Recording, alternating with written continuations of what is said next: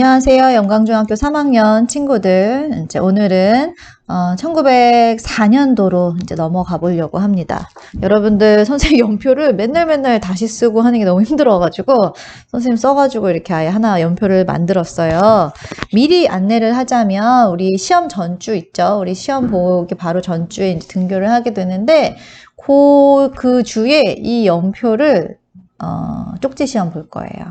정말 아름다운 연표죠? 선생님이 1910년도까지 이제 연표를 완성을 한 건데, 나눠줄 거예요. 선생님이 이 연표는 나눠줄 거고, 그러니까 뭐 여러분들 공책에도 근데 마찬가지로 이렇게 조금 계속해서 자기가 또 적어보는 거라 선생님이 다 만들어가지고 띡 주는 거랑은 또 다르니까 자기가 공부하는 거, 이제 선생님이 진도 이제 쭉쭉 수업 들으면서 개인적으로 연표를 완성해 나가고, 그리고 선생님이 만들어준 연표랑 내 연표는 어떤 차이점이 있구나 뭐 이런 것도 같이 비교해보면 공부가 더 잘 되겠죠, 그쵸?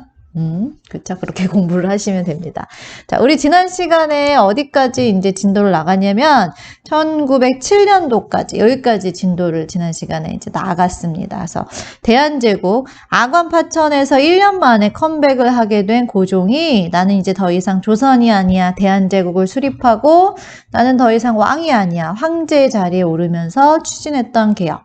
광무개혁이었습니다. 그래서 구본신참이 원칙이어서 기존에 우리가 가지고 있던 유교 질서를 크게 거스르지 않는 범위 내에서 근대적인 개혁을 추진하는 그런 모습이 나타났던 그것까지 배웠어요. 그 다음에 독립협회는 1896년부터 1898년까지 이제 1898년까지 이제 활동을 하다가 결국에는 당시 광무개혁, 고종이 황제권을 강화하려고 했던 그 광무개혁과 어떻게 보면 전면적으로 이렇게 대치되는 그런 이제 요구사항들, 개혁의 내용들이었기 때문에 결국에 고종이 독립협회를 강제로 해산하게 되었다라는 것까지 배웠습니다.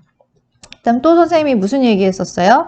자, 이 1895년에 을미사변이 일어나고 아관파천 같은 사건들이 일어나면서 이때 우리나라 무대에 러시아가 다크호스로 떠올라게 되었다. 그래서 당시 청일전쟁에서 승리한 일본이 우리나라에서 이제 승세를 잡고 이제 우리나라에 대한 어떻게 보면 좀 영향력을 키워나가려고 하는 그런 상황이었는데 이런 사건들을 계기로 해서 결국에는 또다시 일본이 우리나라를 놓고 러시아와 대립을 벌이게 되는 모습이 나타나게 되었다. 계속 똑같은 얘기 하고 있어요, 선생님이. 그러다가 이 두 나라의 이제 대립이 절정에 치닫는 때가 언제냐면 약 거의 10년 또 훌쩍 뛰어넘죠. 1904년도입니다. 1904년도에 일어나는 이러한 사건들. 그래서 오늘은 어디까지 배워야 될까요? 대략 오늘은 한 여기까지 배울 수 있지 않을까 싶습니다. 자, 우선은 오늘 진도로 들어가 보도록 하겠습니다. 자, 오늘도 선생님이 풍자화를 하나 보여주는데요. 자, 이 풍자화에는 4명이 등장을 합니다. 뭘 나타내는 풍자화냐?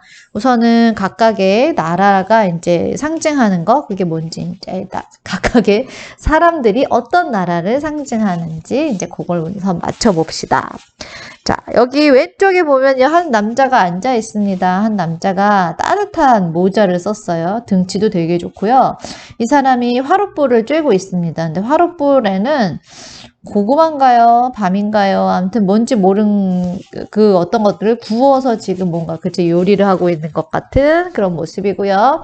오른쪽에는 3명의 사람이 있습니다. 근데 맨 앞에 있는 애는 좀 베이비처럼 보이죠? 키가 작아요. 그리고 그 뒤에 이제 어른으로 보이는 2명의 사람이 있는데요. 여러분들 좀 대강 왼쪽에 있는 아저씨는 너무 쉽죠? 이 사람은 어느 나라 사람일 것 같아요? 따뜻한 모자 썼잖아요. 러시아입니다. 러시아가 이쪽에 있자 당시 오른쪽에 3명은 누구냐면 특히 맨 오른쪽에 있는 아저씨는 너무 옷이 명확합니다. 컬러로 이제 되어 있었으면 여러분들이 진짜 단박에 알았을 텐데 바지가 스트라이프예요. 그 다음에 여기 모자에 이 띠에는 잘 안 보이지만 별 모양이 있어요. 이 사람은 어느 나라 사람일 것 같아요? 미국 사람입니다. 미국. 그 다음에 요 앞에 있는 꼬마처럼 보이는 애는 복장을 보아하니까 일본을 이제 나타내는 겁니다. 근데 일본은 약간 어린이로 묘사를 했죠. 그 다음에 일본 뒤에 일본 아이의 등을 막 이렇게 밀치고 있어요. 이 사람은 뭘 많이 드셨어요. 배가 볼록합니다. 등치가 산만합니다. 이 사실 자켓도 컬러로 여러분들이 표현됐으면 되게 잘 알 텐데요. 빨간색이에요. 빨간색 자켓을 입으셨어요. 어느 나라를 대표하는 그 상징하는 거냐? 영국을 나타내는 겁니다. 따라서 지금 보면 여기가 지금 대치 상황인 거죠. 그래서 러시아와 당시 일본 간의 이런 대치 상황인데 요거 보면 알 수 있어요. 지금 일본은 혼자가 아니라 뒤에 든든한 뒷배두가 있으니까 영국과 미국이 버티고 있다는 것을 알 수 있습니다. 이 영국 신사가 일본의 등을 떠밀면서 야 가가지고 러시아애가 굽고 있는 군부함인지 고구마인지 뭔지 모르겠지만 그거 좀 갖고 와. 약간 이런 식으로 등을 떠밀고 있는 그런 모양새를 나타내고 있죠. 그렇죠? 그래서 당시 사실 1904년도에 일어났던 러시아와 일본 간의 전쟁은 이 두 나라만의 모습으로 보면 사실 게임이 되는 전쟁이에요? 아니에요. 한 사람은 굉장히 그치 등치가 좋고 여유로워 보이는 반면에 일본은 베이비로 묘사를 하고 있단 말이죠. 그렇죠? 하지만 일본 뒤에는 영국과 미국이 버티고 있었기 때문에 어떻게 보면 또 가능한 전쟁이었다라고 볼 수 있는 건데요. 풍자가 하나 더 있습니다. 이 풍자도 한번 볼까요? 자, 보면 지금 링 위에 이제 두 명의 선수가 올라가 있죠. 근데 이 사람 모자를 보니까 이 등치 큰 거인처럼 보이는 아저씨는 어느 나라 같아요? 이제 러시아고. 그다음에 이 사무라이 복장은 아니지만 아무튼 코시엄을 기르고 있는 키가 작은 그쵸 얘는 누구예요? 일본을 묘사하는 겁니다. 그래서 마찬가지로 이 풍자화도 러시아 대 일본의 전쟁이라고 하는 것은 사실상 그 게임이 되지 않는 그런 이제 그런 전쟁을 얘기를 하는 건데요. 마찬가지로 이 당시 게임을 그 경기를 관전하는 뒤에 사람들이 있죠. 여기 빨간색 자켓 입고 엄청 풍채가 좋으신 이분은 누굴까요? 그죠? 빨간 자켓이잖아요. 영국입니다. 그 다음에 이 전쟁에서 당시 일본을 후원하는 또 한 명의 나라 여기 미국 모자 쓴 아저씨 있네요. 그죠? 이렇게 있고 또 당시 여기는 이거는 옛날에 우리 동그란 파이, 중국 파이를 갈라먹는 데서 이제 나왔던 프랑스로 묘사했던 프랑스 나중에 혁명을 할 때 그 이제 대표적인 프랑스 여신으로 나오는 그 여인이 여기서 이제 관람을 하고 있습니다. 그래서 프랑스, 미국, 영국 등등의 나라들이 이 사태를 지금 되게 예의주시하고 있는 건데요. 재밌는 거는 이 경기장 안에 들어오지 못했어요. 그리고 저 링 밖에서 그쵸? 이렇게 목을 빼면서 이 상황이 어떻게 전개되는지를 지켜보는 또 한 사람이 있습니다. 이 사람은 여기 들어올 자격은 안 되는 거야. 누구냐면 당시 이미 청일전쟁에서 조선 땅에서 쫓겨난 청나라를 의미하는 겁니다. 그래서 이 여러 나라들이 주시하고 있는 이 전쟁. 사실 러일 전쟁은 조선에서 일어나고 조선의 이제 영유권, 그러니까 조선을 누가 이제 거기서 이제 영향력을 이제 발휘할 것이냐를 놓고 싸운 전쟁이기도 하지만 또 하나는 중국의 만주 지방을 누가 차지할 것이냐를 놓고 또 이제 벌인 전쟁이라고도 볼 수 있거든요. 자. 1904년도 이제 러일 전쟁이 일어날 때의 배경이 어땠냐면요. 자, 우선은 조선에서 아관 파천 이후 계속해서 러시아의 영향력이 확대되고 있는 그런 상황이었다는 거죠. 이렇게 러시아의 영향력이 확대되니까 이 우리나라를 놓고 러시아와 일본 간에 야, 우리 그러면 이렇게 계속 대치하지 말고 조선을 반띵하자, 분할해서 점령하자라고 하는 논의가 있었어요. 누구 맘대로, 그치? 우리 빼고. 하지만 결국에는 이 두 나라 간의 합의점이 이제 맞아 떨어지지 않게 되면서 결국에는 이 논의가 결렬되고 맙니다.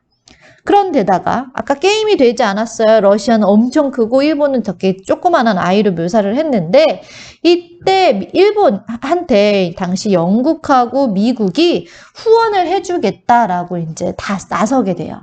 예전에 선생님이 1895년에 우리나라에서 거문도 사건이 일어났던 거 설명을 해줬는데 그때 왜 영국이 우리나라의 거문도를 불법 점령했었어요? 누구를 견제하기 위한 목적이었습니까? 러시아를 견제하기 위한 목적이었잖아요.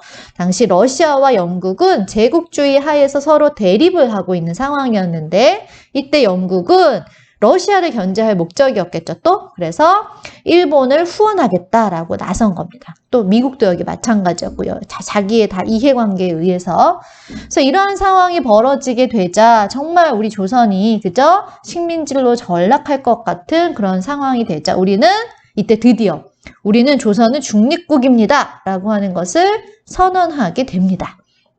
근데 선언을 하면 뭐예요?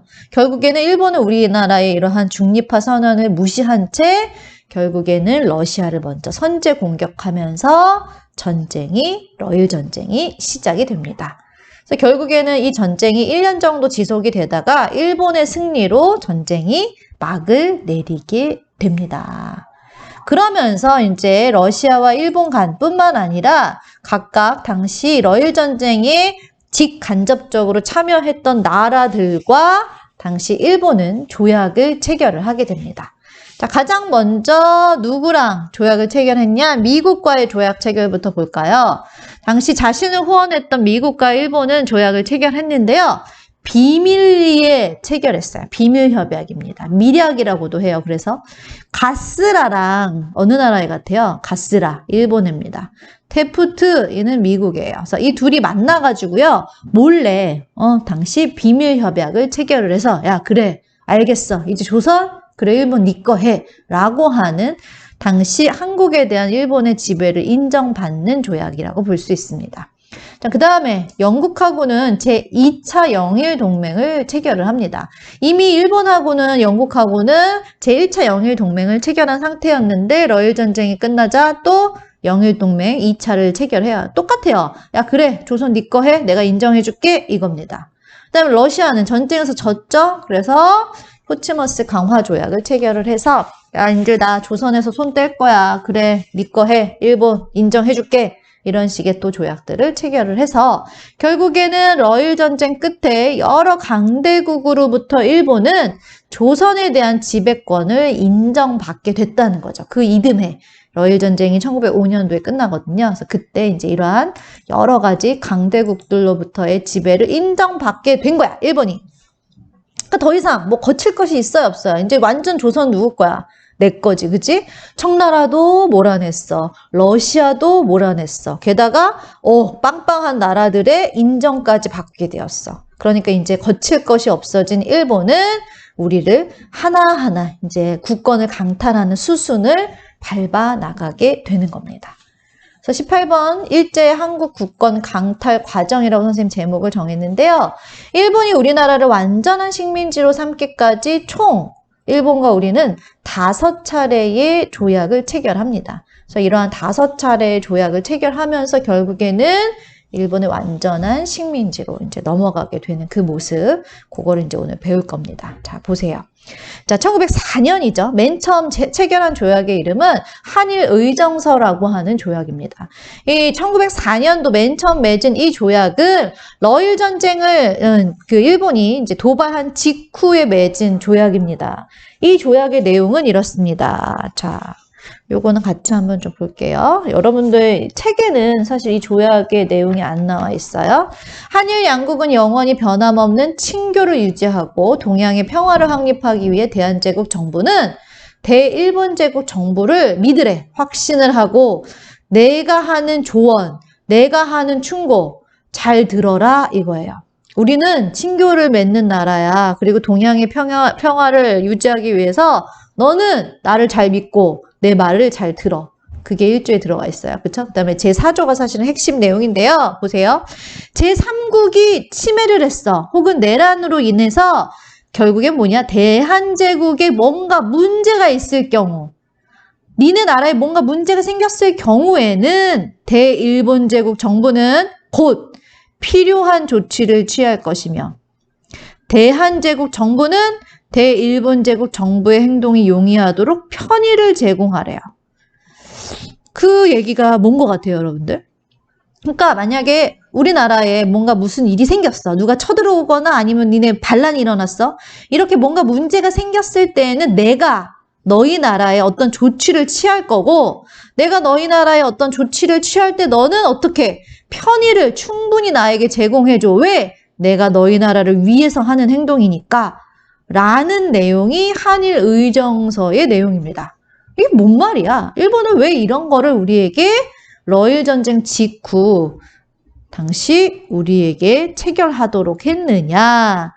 당시 러일 전쟁이요. 어떻게 일어나냐면 여기를 당시 일본이 이제 이때 요 땅을 러시아가 차지하고 있었어요. 일본, 청나라로부터 이 땅을 당시 러시아가 빌려가지고 이 땅에 당시 러시아 군대가 있었거든요. 그래서 일본이 여기를 쳐들어가면서 러일 전쟁이 이제 일어나게 됩니다. 그러니까 전쟁의 주 무대가 여기인 거지, 여기, 대륙. 근데 일본은 어디야? 여기 섬나라죠.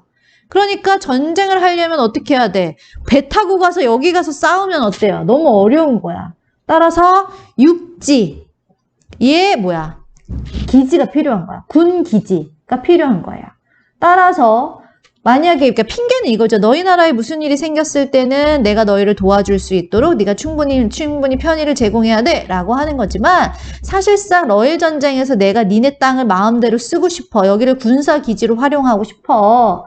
그러니까 이런 말도 안 되는 그치 막 말을 꼬고 돌고 돌아가지고 그런 내용의 조약을 체결한 겁니다. 그래서 한마디로 우리나라 땅을 내 맘대로 니네 나라 땅을 내 맘대로 이용할 수 있게 해줘. 그 얘기를 하고 싶어서 그래요. 그래서 당시 이쪽 지역을 당시 군사기지로 삼아서 당시 일본은 러시아와 이제 전쟁을 벌여나가기 좋게 하려고 이제 우리에게 이러한 조약을 체결하도록 한 겁니다. 자, 한국의 영토를 자신 마음대로 군사기지로 사용하기 위해서 체결한 조약, 한일의정서 되시겠습니다. 그 다음에요. 같은 해인 1904년도에 또 한 번의 조약을 체결합니다. 이 조약의 이름은 제1차 한일협약 되시겠습니다.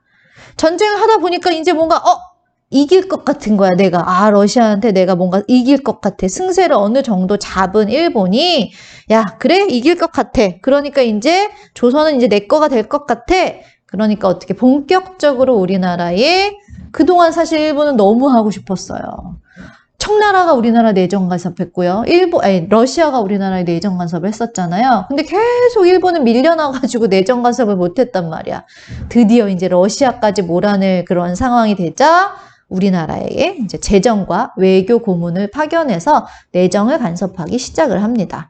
그래서 여기 지금 등장하는 메가타, 이 사람은 어느 나라 사람일까요? 이 사람은 일본 사람이고요. 그다음에 미국인이었던 스티븐스, 얘가 이제 재정 고문, 그다음에 얘가 외교 고문으로서 우리나라에 이제 파견돼서 이제 본격적으로 내정을 간섭을 하게 되는 모습이 나타나게 되고요.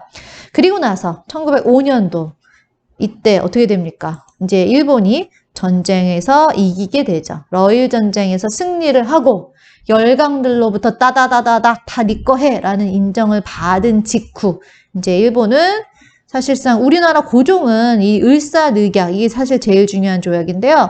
사인을 하지 않습니다. 하지만 대신들을 겁박하고 위협하면서 결국에는 고종은 사인하지 않았지만 대신들이 대신 사인을 하면서 결국에 체결된 조약이 을사늑약인데요. 그 당시 사인을 했던 대표적인 인물이 바로 요 사람입니다. 아이고, 얼굴이 가려졌네요. 이 사람. 이완용이라고 하는 대표적인 인물이죠. 그래서 이때 을사조약을 체결한 5명의 그 사인한 사람들을 을사오적이다. 그래서 우리가 부르는 대표적인 인물은 이 사람입니다. 이완용이라고 하는 사람입니다. 자, 을사늑약이 사실 제일 중요한데요. 왜 중요한지 한번 볼게요. 을사조약의 내용은 여러분들 교과서에 안 나와 있네?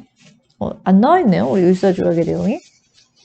자, 그럼 선생님 거 한번 보겠습니다. 자, 일본 정부는 한국과 타국 간에 현존하는 조약의 실행을 완전히 하는 책임을 맡고 한국 정부는 금후에, 여기 중요하죠. 일본 정부의 중재를 거치지 아니하고는 국제적인 성질을 가진 어떠한 조약이나 약속을 맺지 않을 것을 서로 약속한다. 한마디로 얘를 뭐라고 표현하느냐? 이제 우리가 우리 마음대로 다른 나라와 어떠한 조약이나 약속이나 대외 관계를 맺어서는 안 된다. 누가 대신한다? 일본이 대신한다. 따라서 외교권을 박탈당한 거다. 한마디로 얘를 표현하면 벙어리가 된 거라고 생각하면 됩니다. 내가 분명히 입이 있어. 입이 있는데 아무 말도 할 수가 없는 거야. 국제적으로 어떠한 얘기도 할 수 없는 그러한 거를 우리에게 그치? 체결한 조약이 이제 을사늑약이고요. 또 세 번째 보세요. 제3조. 일본 정부는 그 대표자로 하여금 한국 황제 폐하 밑에 한 명의 통감을 두되 통감은 오로지 외교에 관한 사항을 관리하기 위해 경성에 주재하고 어쩌고저쩌고 하죠. 한마디로 이거는 뭘 나타내는 거냐? 이때부터 우리나라를 이제 본격 식민지로 삼기 위해서 우리나라에 조선 식민지 시기에는 총독부가 있거든요. 근데 이때 당시 총독부를 만들기 전에 식민지를 완전히 삼기 전에는 통감부라고 하는 걸 설치했어요. 그래서 우리나라는 이제 식민지로 삼기 위한 여러 가지 이제 행정적인 작업 절차들을 여기서 이제 해 나갔던 거겠죠. 그래서 초대 통감으로는요, 이토 히로부미, 되게 많이 들어본 사람 아니에요? 이토 히로부미가 이제 초대 통감으로 우리나라에 들어오게 됩니다. 그래서 사실 우리 고종은 사인을 하지 않았죠. 근데 이제 일본이 강제로 체결한 조약이라고 해서 우리는 을사조약이라고도 하고 또 늑약이라고도 표현을 하거든요. 그래서 고종이 미국에 지원을 호소합니다. 근데 이게 사실은 의미가 있어요, 없어요? 없어요. 왜? 일본은 러일 전쟁이 끝나고 나서 이미 미국한테 조선에 대한 지배를 인정받았어요. 무슨 조약? 가스라테푸트 비밀협약. 근데 뭐야? 비밀리에 체결했으니까 고종이 그것을 어때? 몰랐던 거죠. 미국이 도와줄 줄 알았던 거죠. 하지만 미국은 이미 일본의 손을 들어준 상태였다는 거죠. 그러니까 결국에는 우린 도움을 받지 못했을 거고요. 그렇죠? 그리고 나서 이제 을사조약이 체결되고 나서 2년 후에 당시 고종은 이것의 무효를 알리기 위해서 당시 1907년도 네덜란드 헤이그에서 만국 평화회의라고 하는 국제 어떠한 그 심포지움 같은 것들이 이제 컨퍼런스가 열리는 그런 이제 행사가 있었는데 이때 우리나라의 사람 3명을 특사로 파견을 합니다. 이준, 이상설, 이휘종 이런 사람들을. 그래서 당시 을사조약이 무효다라고 하는 것을 알리려고 했는데 이것이 사전에 일본의 귀에 들어갔어요. 그래서 결국에는 일본이 외교적인 힘을 발휘해서 이때 특사들은 그 회의장 안에 들어가지도 못합니다. 그러니까 실패로 끝나게 이제 된 거죠. 하지만 이제 일본은 야, 니네 을사조약으로 외교권이 박탈당했는데 누구 마음대로 특사를 파견해? 하면서 고종을 1907년도에 강제로 황제의 자리에서 퇴위를 시키게 됩니다. 자, 요게 이준, 이상설, 그쵸? 이휘종이라고 하는 헤이그 특사에 파견됐던 사람들의 모습입니다. 자, 1907년도 헤이그 특사로 이제 고종이 황제의 자리에서 폐위를 당하게 되자 당시 일본은 또 하나의 조약을 체결합니다. 아, 조약이 너무 많죠? 한일 이번에는 신협약이에요. 근데 이제 1907년도가 정미라고 부르는 해거든요. 정미회의거든요.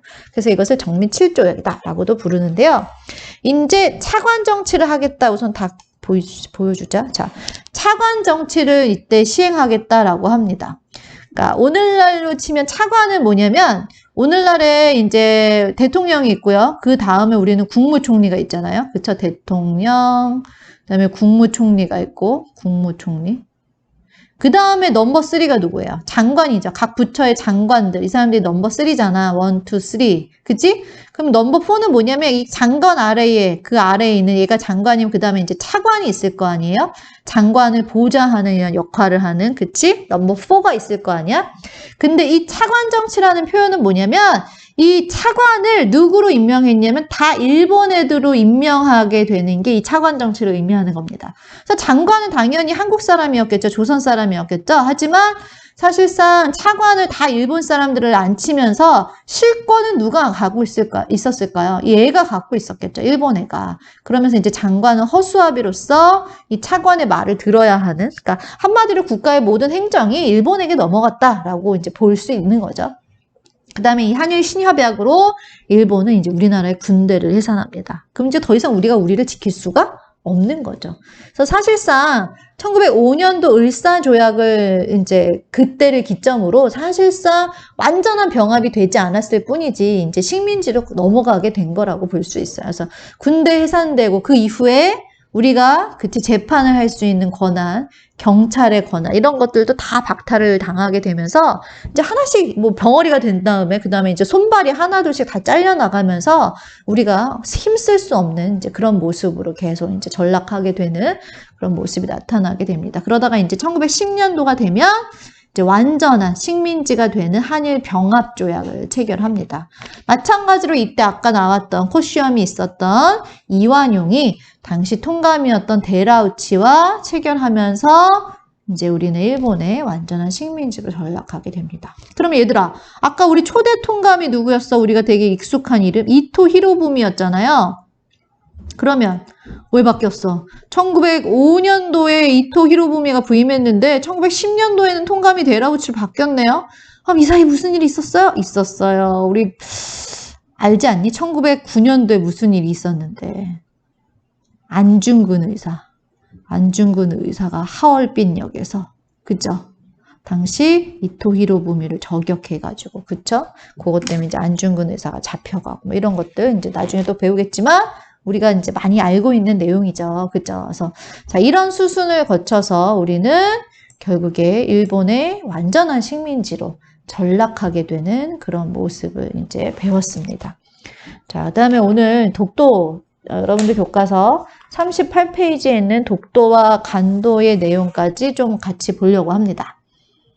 독도는 지금 굉장히 뜨거운 이슈가 되고 있어요. 지금 얼마 전에 일본이 새롭게 역사 교과서를 이제 발행을 했는데 그 내용들이 특히 근현대사 부분이 굉장히 역사를 심각하게 왜곡하고 있는 그런 모습들이 이제 나타나고 있어서 연일 뉴스에 그런 이제 기사들이 보도가 되고 있습니다. 독도도 여전히 마찬가지로 계속해서 일본은 자신들의 땅이다 라고 이제 여전히 주장을 하고 있는데요.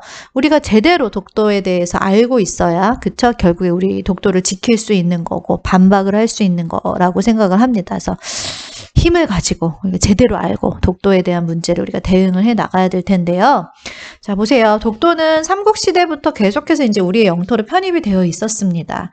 근데 이제 선생님이 조금 있다가 여러분들 영상을 다 보고 나서 무한도전이라고 그 프로그램 있죠. 예전에 했던 프로그램에서 설민석 강사가 독도에 관련돼서 이제 했던 부분들이 있어요. 설명해 줬던 부분들이 있어요. 그래서 그거를 여러분들 추가로 보도록 선생님이 링크를 이제 올려놨는데요.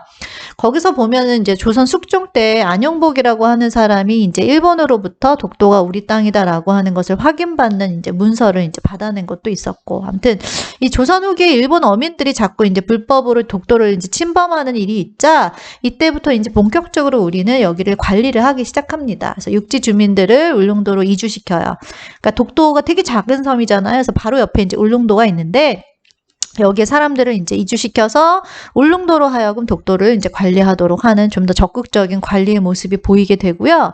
그다음에 이제 대한제국 시기가 되면은 옆에 있는 울릉도를 조금 더 높은 행정 단위인 군으로 승격시켜서 좀 더 적극적으로 독도를 관할하도록 하는 이제 모습들이 나타나고, 그래서 계속해서 독도는 우리의 이제 그 안에 있었던 그런 그 지역인데, 당시 1905년도에 러일 전쟁을 이제 일으키게 되는 일본이 이때 이제 불법적으로 이제 독도를 자국의 영토로 이제 편입을 시키는 일이 일어나게 됩니다. 이제 그것과 관련된 문서가 시마네형 고시 제40호라고 하는 거예요. 그래서 여러분들 교과서 38페이지 아래 부분에 이제 나와 있습니다. 그래서 이때 당시 일본이 주장하는 거는 뭐냐면, 이 독도라고 하는 곳은 아무도 살지 않고 주인 없는 땅이다. 근데 내가 먼저 점령해가지고, 그치, 내가 이거를 이제 이렇게 자국의 영토를 편입시킨 거다라고 옛날에 이제 주장을 했었는데, 또 일본이 주장을 바꿔요. 그래서 독도에 대한 옛날에도 내가 이거 내 거라고 했었는데 다시 한번 여기서 재확인한 거다 라는 식으로 이제 계속해서 주장의 내용이 조금씩 달라지고 있는데요. 그래서 아무튼 독도는 러일 전쟁 중에 이런 식으로 일본이 자국의 영토를 편입하는 그런 이제 모습들이 나타났던 사건들이 있었다라고 이제 생각하면 될 것 같고요. 자, 그 다음에 이제 마지막으로 이제 오늘 살펴볼 거는 간도에 대한 얘기를 이제 하려고 합니다. 간도.